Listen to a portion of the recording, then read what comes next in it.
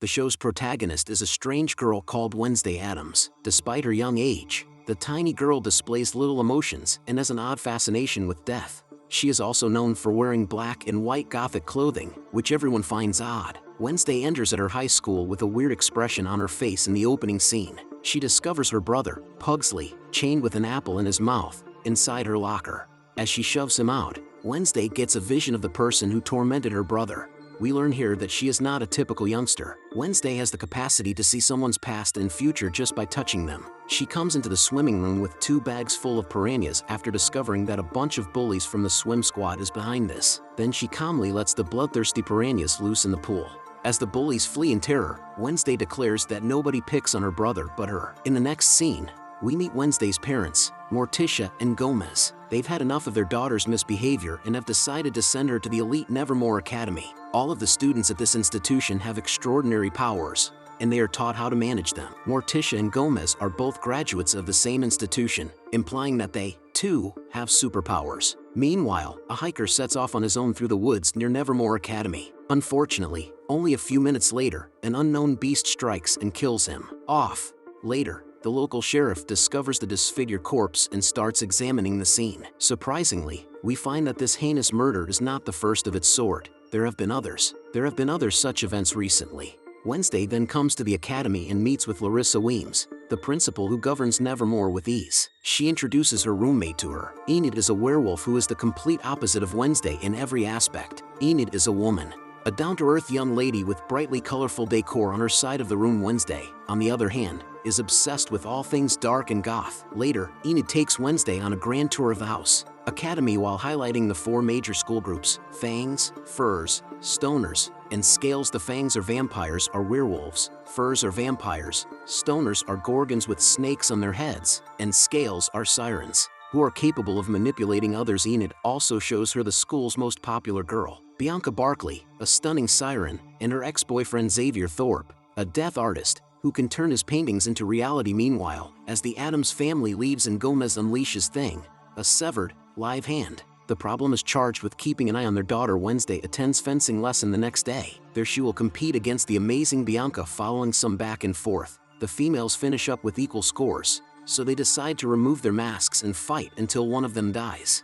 Someone draws blood first. Soon after, a fierce struggle unfolds, with each of them matching each other, stride for stride. However, in the end, Bianca triumphs when Wednesday's cheek is slashed. Later, when Wednesday leaves the infirmary, after being stitched up, she is almost crushed to death by a falling stone gargoyle. Luckily, Xavier comes just in time and pushes her out of the danger. Wednesday returns to her room soon after, but she worries that someone is watching her. Hence, she examines the room and soon discovers the hand, Thing. Realizing that it is her parents' fault, Wednesday warns the hand to be faithful to her or else she would lock him up in a drawer. Thing, terrified, swears to remain loyal. She must take the piranha prank from Wednesday.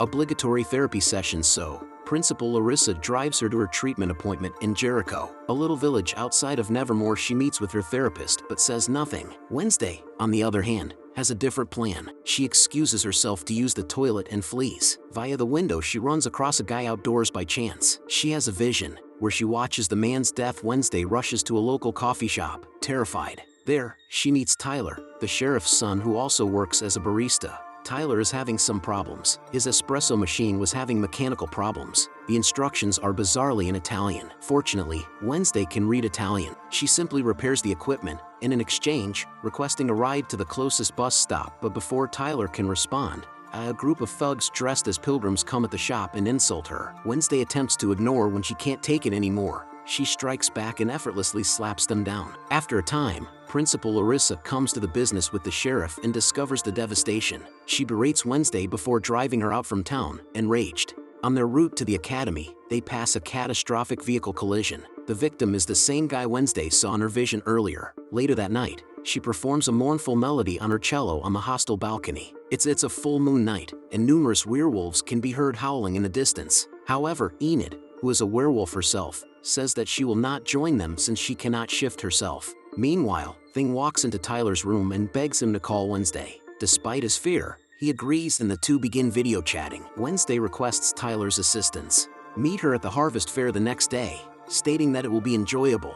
However, in actuality, She only wants to get out of the school. While visiting the fair, we see Larissa keeping an eye on Wednesday was watched closely. Despite this, the goth youngster manages to catch up with Tyler. The two are about to leave when Wednesday runs into one of her classmates, Rowan. He dashes into the woods, and she sees a vision since Wednesday touched him. Someone mercilessly mauled Rowan to death. She is terrified, but she has made a decision of heart and follows him to deliver the news. But before she can say anything, Rowan employs his telekinesis skill and secures her high up on a tree. He then discloses that his mother, Wednesday, a great seer, predicted the destruction of the Nevermore school 25 years ago. Hence, Rowan feels he must murder her before anything awful occurs. He then begins telekinetically strangling her, when suddenly, a gigantic creature rushes in. Rowan is ripped apart and disappears into thin air. Wednesday stands guard over him, disfigured corpse, and sees the drawing his mother allegedly made of her. Soon after, Rowan's corpse is not found by police officers led by the sheriff. As predicted, the sheriff does not trust Wednesday's comments concerning Rowan is being attacked by a monster that believes he is a Nevermore student, and cop causes a commotion. We glimpse Rowan, who is still alive, during their talk. When Wednesday gets in her room, she sees that her roommate, Enid, has left, is overly busy with the Po Cup tournament, an annual boat riding game. Later, she tries speaking with Rowan, but Principal Larissa tells her that he has been expelled for reasons she cannot understand. I can't share. As a consequence, Wednesday goes back to Plan B and asks Thing to keep an eye on Rowan.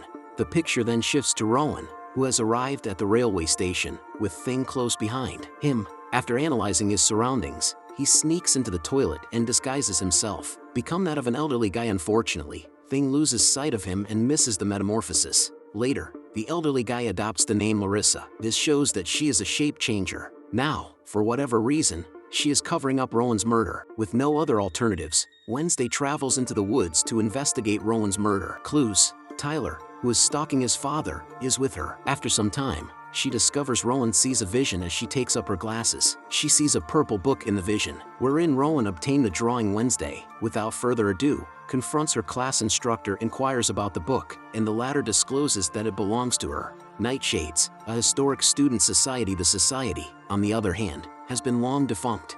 Wednesday goes into Rowan's room after school to search for the book. She discovers a mask. Xavier comes before she can go under his bed. Rowan's father, it turns out, roommate. Wednesday immediately hides beneath the bed, and Bianca enters shortly after. Visit her ex. She overhears their chat and knows that Bianca intends to crush Enid in the forthcoming boat riding competition. As a result, when she returns to her room, Wednesday resolves to assist Enid by competing against Bianca. Wednesday and Enid prepare for the competition the next day. Because there are no rules, everything is fair game, and Bianca is taking advantage of it. There are 4 teams, and they must paddle their boat to a location and return. Whomever is the first person to reach the finish line without being knocked out in the lake is proclaimed the winner. As the competition starts, Bianca hints to one of her pals who is ready to destroy the other boats. The companion, who turns out to be a mermaid, jumps into the lake and wrecks one of the boats, knocking out the team. Fortunately, Wednesday and Enid are prepared, so with the assistance of they do, however, succeed in capturing the mermaid. However, throughout the competition, Wednesday has another vision.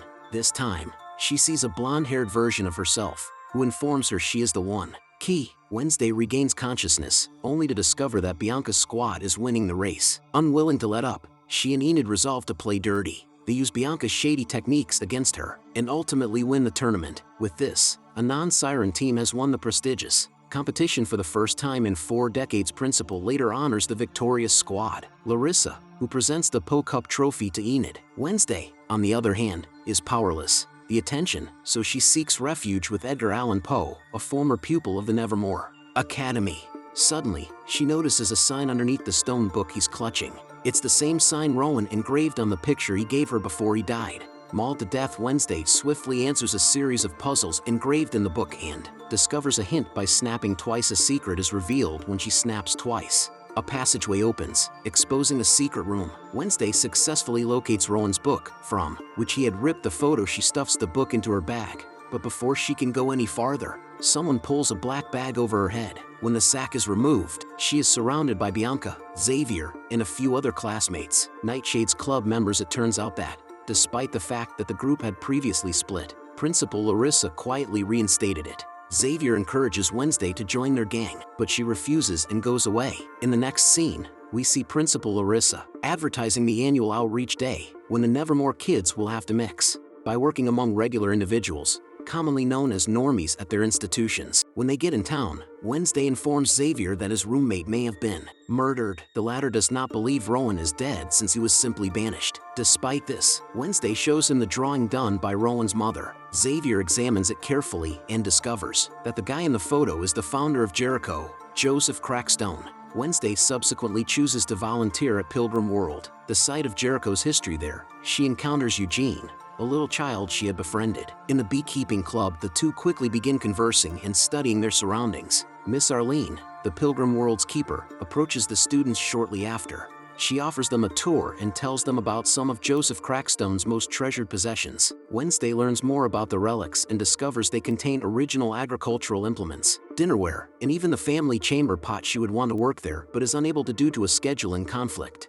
is being refurbished instead. They're all going to work at Ye Olde Fudgery. Local visitors with fudge and cakes later that day, with Eugene's help, creeps into the Crackstone family chamber. She discovers an artwork depicting the earlier encounter, home that incorporates the girl from her vision. She soon discovers the book that the girl was carrying. However, when Wednesday finds that, because the pages are blank, she feels it is a forgery. Arlene, the caregiver, arrived just then, appears and captures her. Wednesday inquires about the original book, and Arlene hesitates, shows that it was stolen last month. Later, Tyler and Wednesday reconcile at the coffee shop. When the latter inquires about Joseph Crackstone, Tyler explains that what remains of the ancient meeting house may be found in the woods. It is basically a ruin, and meth users utilize the area as a crash pad. Wednesday and Thing rush towards the woods. In quest of Joseph Crackstone's residence, they ultimately discover it and come upon a homeless guy. But Thing chokes him and scares him away. Wednesday has a vision. This time, she goes 400 years in the past. We saw the blonde girl she met earlier. Vision. Villagers are around the girl, whom they refer to as the devil's offspring. Soon, Joseph Crackstone appears from the throng and addresses her as Goody Addams. He accuses her of being a witch. He sentences her to death in a barn full of other accused people, including her mother. In response, Goody accuses them of taking their property, slaying the innocent, and other crimes, stripping them of their serene spirit. Joseph, enraged, looks at her for a moment and then sets the barn on fire. Goody attempts to liberate her mother, but her efforts are futile. Finally, when, with no other options, she flees via a trapdoor. Meanwhile, Wednesday is taking note of everything in the barn with them. Goody quickly approaches her and suggests that Joseph will not stop his crusade till he has slain them all. Wednesday is awakened by this insight, her extended vision, and reveals all the things. Suddenly, they witness the identical creature that Rowan, who was hiding behind them, was slain. Wednesday pursues it in the rain but is unable to keep up. Hence, she follows the traces, which begin to resemble human footprints. This shows that the monster is simply a human. She then goes into Xavier and informs him what she saw. He wants to look at the tracks, but the rain has washed them away.